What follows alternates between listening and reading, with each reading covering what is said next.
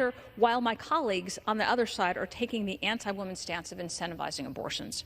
I urge my colleagues to support this common sense amendment to not only follow the law, enforce the law, but to do so while protecting the most vulnerable, the unborn. And, Mr. Chair, I reserve. Gentleman from Texas reserves. For what purpose does the gentleman from New Jersey rise? Mr. Speaker, I rise to claim the time in opposition to the amendment. Gentlelady is recognized. Thank you, Mr. Speaker. I'm now honored to yield 1 minute to my friend and partner in this fight, the ranking member of the House Armed Services Quality of Life Panel, Representative Houlihan. Gentlelady is recognized. Thank you, Representative Sherrill. And Mr. Speaker, it truly saddens me to be here yet again having the same conversation we had last year, yet again standing before this chamber as a woman, yet again a woman who has actually served and actually worn a uniform and actually was a mother in uniform. Here I am yet again defending our servicewomen and men's members' right to seek the medical care that they need when they're serving our country. I'm sick and tired of members who have never served telling service members, the same service members that they are proud to publicly express their purported support for, that they don't deserve the financial or otherwise freedom to seek the medical care that they and their family members deserve and need when they need it. And on this vote, the yeas are 48, the nays are 47. 3/5 of the senators duly chosen and sworn not having voted in the affirmative, the motion is not agreed to. Madam. Three different moments which for me sum up the madness of this Thursday the 13th.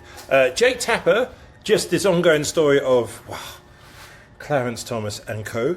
How long is that going to continue? Rob Garcia, you've got to hear what he has to say. He finishes so strong. And we will start with just the madness of this vote.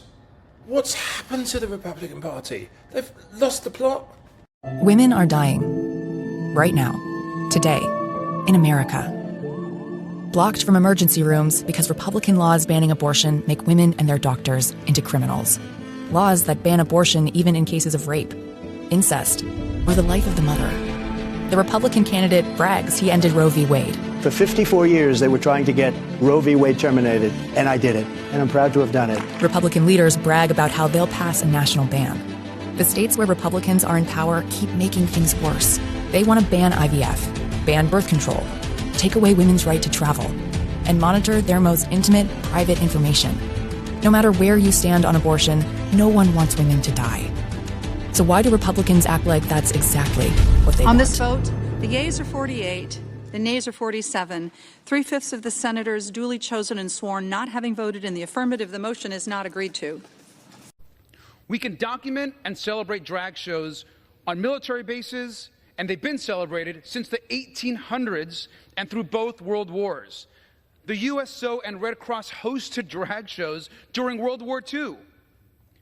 The army that defeated Hitler and saved the world included drag queens. Ronald Reagan started a movie called This Is the Army, a movie about World War II that featured 4 drag performances. And he's not the only Republican president who knew that drag can be fun and sometimes silly. Mr. Speaker, drag is art, drag is culture, and drag is a form of comedy. And drag is not a crime, and it's not pornography. Now, In addition to that news, breaking right now, Senator Dick Durbin of Illinois, the chairman of the Senate Judiciary Committee, a Democrat, is now claiming that Justice Clarence Thomas took several additional free trips on the private plane of GOP megadonor Harlan Crow. Thomas traveled on Crow's private jet, Durbin says, during trips within the United States in 2017 and 2019 and 2021, as well as on a previously known 2019 trip to Indonesia, where Thomas and his wife Ginny stayed on Crow's mega yacht. Senator Durbin says Thomas did not disclose these additional trips on financial disclosure forms.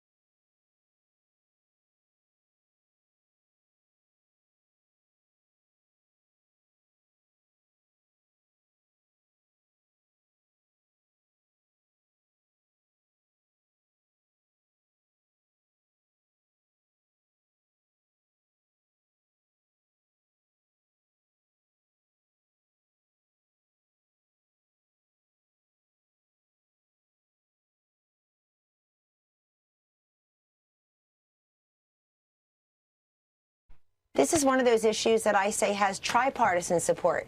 Majorities of Republicans, Independents, and Democrats, apolitically speaking, support access to IVF.